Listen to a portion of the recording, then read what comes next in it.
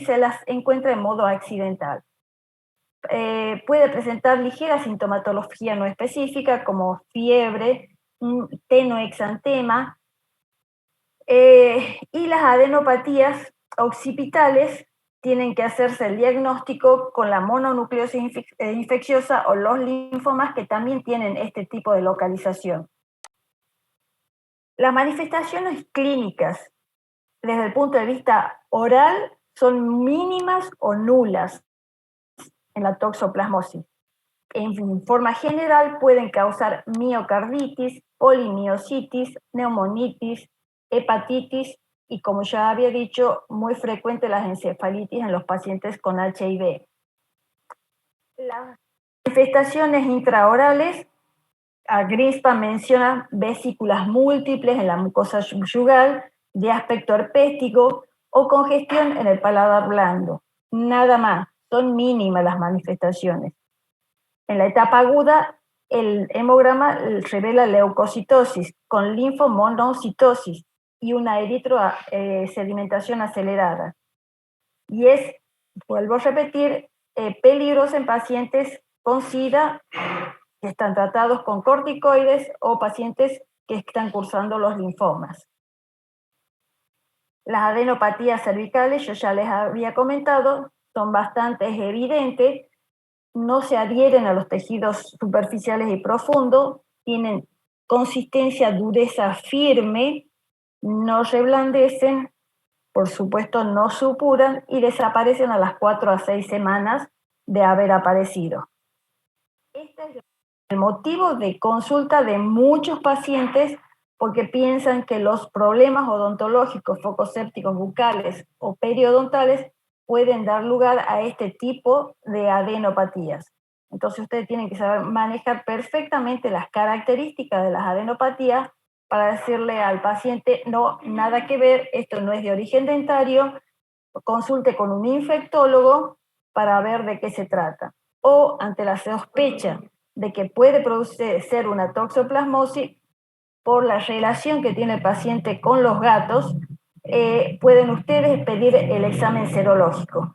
En el bebé, si se activa o se adquiere durante el embarazo, es bastante desagradable. Son casos que ustedes no lo van a ver desde el punto de vista odontológico, pero el toxoplasma es transmitido por y produce en muchos casos mortalidad y morbilidad.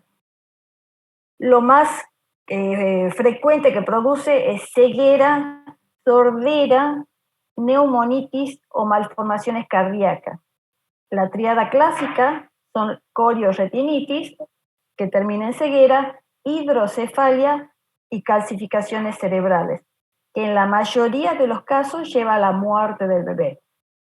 En los pacientes HIV, yo ya les comenté, por la disminución de su sistema inmune, si tuvo quistes en los tejidos, estos se activan porque el sistema inmune está anulado y se manifiesta la toxoplasmosis, y la característica principal son las encefalitis, que incluyen hemiparesias, hemiplejías, pérdida de la sensibilidad, parálisis de los nervios craneales, pueden llegar a convulsiones, ataxias, afasia, confusión y letargia. Es decir, que puede producir daños bastante graves en los pacientes HIV positivos. ¿Y por qué es importante para el odontólogo? Ya les mencioné, por las adenopatías cervicales asintomáticas, motivo de consulta en algunos pacientes, en cuyo caso el profesional deberá reconocer y solicitar los exámenes de laboratorios correspondientes para identificar su etiología y determinar si ese sistema inmune en ese paciente está comprometido, porque si se reactivó, hay que, para todo tratamiento, y más si va a ser invasivo, hay que hacer los exámenes de rutina. Y si el paciente dijo, sí, yo sufrí de toxoplasmosis, quedó con secuelas cardíacas, tenemos que tener el informe del cardiólogo para poder manejarnos con la anestesia o con las infecciones con buena cobertura con antibióticos, en el caso de ser periodoncista, porque las infecciones periodontales son muy agresivas, cosa de no producir un mayor daño en el tratamiento de este tipo de pacientes que han quedado con secuelas en su corazón, como son las miocarditis. Esta enfermedad es sumamente frecuente. Saben que cuando la persona queda embarazada, tiene como regla hacerse el examen para la toxoplasmosis. Es de distribución mundial. En Estados Unidos el 23% de la población está afectada, sale positivo el examen serológico. En algunas, acá puse situaciones extremas. En Francia el 85% de las pacientes de las embarazadas presentan positividad según Greenspan, y en Buenos Aires la positividad oscila entre un 70 a un 80% en zonas ganaderas y se presenta con mayor frecuencia en el sexo femenino antes de los 40 años. ¿Cómo se arriba al diagnóstico? Lo más acertado es una reacción serológica específica, reacción de Sabin y Feldman, por su gran disculpen un minutito, especificidad para detectar el toxoplasma y sensibilidad para demostrar la presencia del mismo. Puede hacerse una reacción, la técnica de PCR, pero no es tan usada. La de Sabin y Feldman es la más usada. Mide los anticuerpos, la inmunoglobulina, que por lo general aparecen de 1 a 2 semanas después del inicio de la infección. Alcanzan el pico a las 6 a 8 semanas y disminuyen gradualmente durante 1 a 2 años. Y por lo general persisten en niveles bajos por toda la vida. Es decir, que una vez que el paciente tuvo toxoplasmosis, le sale positivo ya de por vida. Y el tratamiento de esta enfermedad es competencia del infectólogo. Nosotros ahí participamos. Si nos llega a dar positiva la reacción de Sabin y Feldman, llegamos hasta ahí y lo derivamos al infectólogo para su tratamiento específico. Bueno, la otra parasitosis frecuente, porque somos zona endémica, es la leishmaniasis. Les puse unas diapositivas con unos trabajos espectaculares, realmente presentados en España, sobre en los bosques al norte de Salta, presentado por un médico que vivió durante mucho tiempo en zonas endémicas donde hay leishmaniasis, así que los invito a que visiten. Les voy a dejar la dirección en internet para que puedan ver el trabajo espectacular que hizo este médico, Kipildorf. La leishmaniasis es causada por un parásito diminuto llamado Leishmania, en honor a quien lo visualizó por primera vez, William Leishmania. Es causada por un protozoo, se transmite a los humanos por picadura de flebótomos hembras infectados. En América el vector es del género Lutomia, también le llaman rajalito, es un mosquito hembra, y en Europa el género más presente en ese lugar es el Phlebotomus. Pero acá en Argentina el que transmite esta enfermedad es el rajalito, pero hembra, que es donde se reproduce en su aparato digestivo y se producen las modificaciones o maduración de este parásito. Para poder contagiar la enfermedad, el flebótomo previamente se debe haber alimentado con sangre de algún hombre o animal enfermo con leishmaniasis. No se transmite, vuelvo a repetir, repite lo de la toxoplasmosis, no se transmite directamente de una persona a otra, ni a través de objetos, ni por leche materna, ni en el consultorio odontológico. Este mosquito no se reproduce, no es como los mosquitos, no me sale la enfermedad que estamos sufriendo ahora, que se produce en agua estancada. Este mosquito o rajalito no se reproduce. Dengue, exacto, gracias. Se desarrolla en lugares húmedos, oscuros, cubiertos de vegetación, rincones. Por eso se dan en el norte de Salta, donde hay zonas boscosas, porque este mosquito se reproduce en los troncos de árboles, en zonas húmedas y de mucha vegetación. Existen 3 tipos de leishmanias, eso es por formación general. Una sola es la que se produce aquí en Argentina. Las otras, la Leishmania donovanis, produce el calazar, que la deben haber escuchado en algún momento, pero se ubica en la zona mediterránea, África y Asia Central. No hay manifestaciones orales. La Leishmania trópica afecta a Marruecos, África y Medio Oriente, y la Leishmania brasilensis es la que produce la leishmaniasis tegumentaria americana, que da manifestaciones bucales floridas y graves, motivo de la presente clase. ¿Cuáles son los reservorios? Muchísimos. Hay cerca de 70 especies de animales, entre ellas el hombre, ratones, perros, que son reservorios naturales. El mosquito, que es el vector, al succionar la sangre de alguno de estos reservorios que mencioné, llegan los parásitos donde se multiplican, pasando de leishmania a leptomonas, las que pasan a la faringe y son posteriormente inoculadas al hombre u otros animales. En el caso nuestro nos interesa al hombre principalmente. Pueden ser infectados el hombre, perro, caballo. Las leptomonas inoculadas invaden el sistema retículo endotelial, convirtiéndose en leishmanias, multiplicándose y generalizando. Así que el ciclo de esta leishmania la van a ver, ya les voy a mostrar. Lo pueden ver con mayor detalle, pero yo quiero que principalmente sepan la forma de contagio. ¿Quién es el vector? Por eso es que tienen que fumigar, estar libres en el ambiente donde vivan de mosquitos, porque no saben cuál es el que puede estar contaminado con este parásito. En cuanto a la epidemiología, se presenta con mayor entre los 30 y 40 años en el sexo masculino. Normalmente, al igual que el Chagas, se presenta en poblaciones más pobres del planeta. Está asociada a la malnutrición, a los desplazamientos de la población, a las malas condiciones de vivienda, a la debilidad del sistema inmunitario que lo da la mala alimentación y a la falta de recursos para tomar todas las medidas preventivas. Tiene prevalencia en zonas tropicales y subtropicales. Está presente en más de 98 países y se estima que existen 350 millones de personas en riesgo.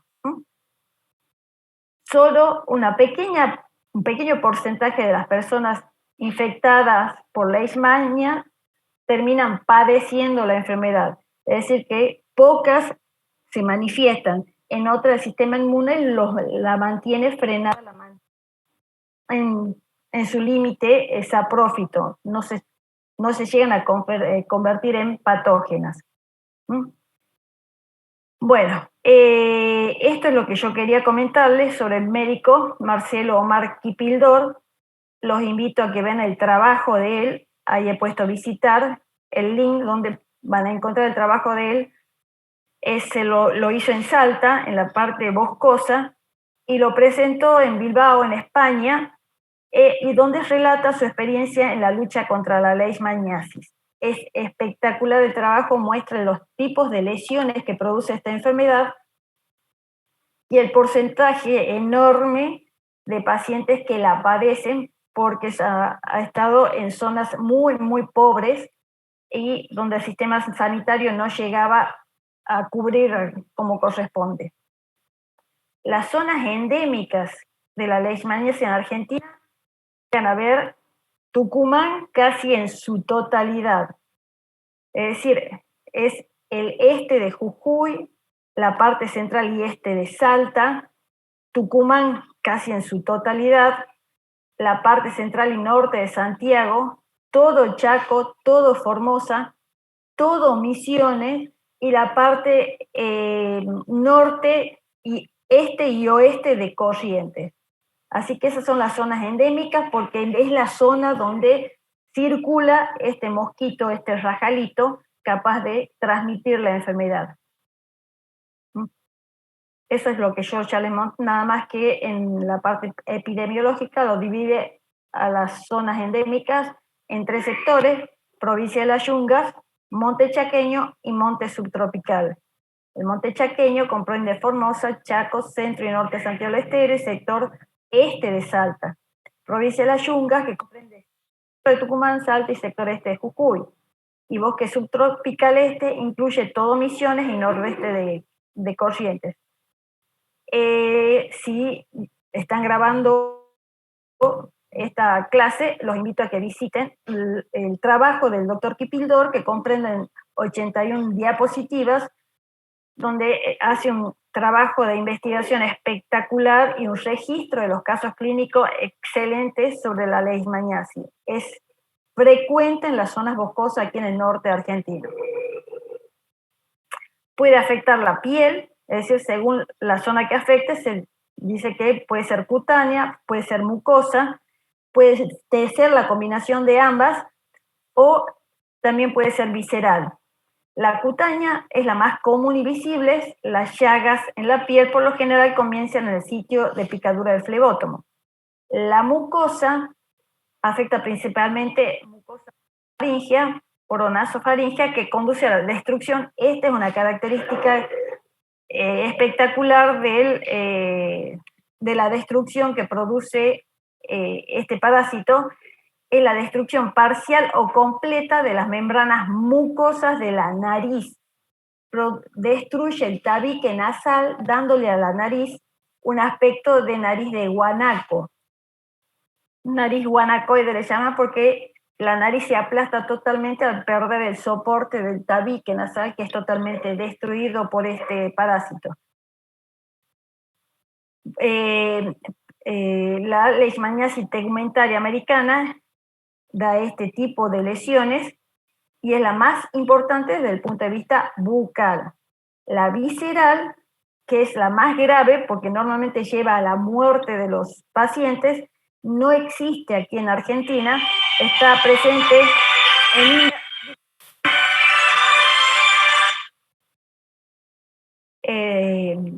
disculpen la interrupción. Esta solamente la visceral, o también ya es la enfermedad Kala-Azar, se presenta solamente en India y África Oriental. Gracias a Dios no la tenemos aquí porque sí lleva a la muerte del paciente que lo sufre. En piel se presenta como lesiones erosivas, ulcerosas, costrosas. En la parte mucosa afecta principalmente la nariz. Ahí ven ya parte de la destrucción del tabique nasal, ya van a ver las consecuencias.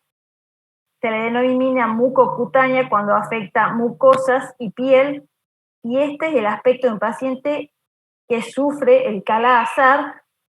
Es realmente muy agresivo esta parasitosis y lleva el 95% mortal, no es tratada.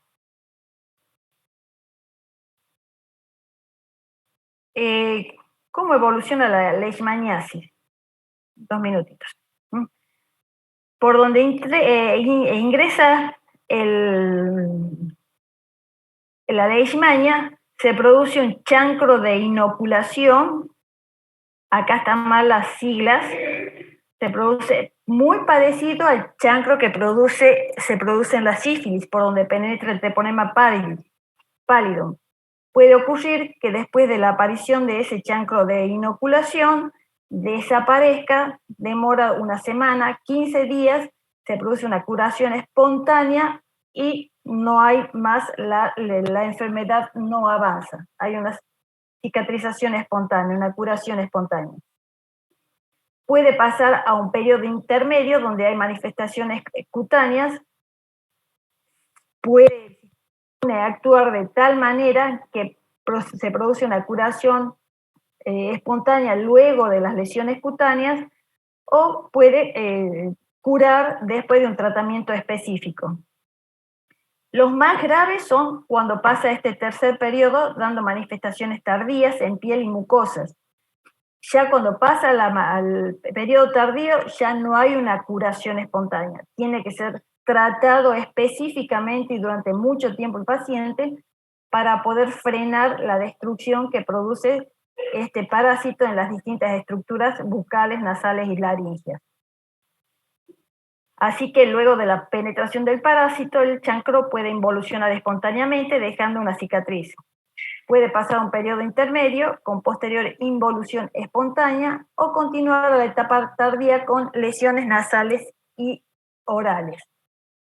Los mosquitos introducen el parásito en el interior del hospedero, conduciendo a una reacción inflamatoria, dando lugar a lesiones ulcerativas y nodulares llamado chancro de inoculación, exactamente igual que en la sífilis. Estos parásitos se diseminan a través de vasos linfáticos y sanguíneos y semanas posteriores dando la segunda etapa intermedia, que es con manifestaciones dentro de todo suaves. Hasta este momento, si el paciente tiene un excelente sistema inmune, la enfermedad es frenada y hay una curación espontánea. O tiene que ser tratada para anular el efecto dañino o agresivo de este parásito. Y en las etapas tardías, ya se los dije, se producen lesiones a nivel de la mucosa bucal, nasal, faríngea y dar lesiones ulcerativas destructivas bastantes, que dejan secuelas bastante desagradables. ¿Cómo se produce el chancro de inoculación? Que es la lesión inicial, por donde penetra el parásito se manifiesta como una mácula eritematosa, una mancha, un minutito, 2 minutitos, chicos.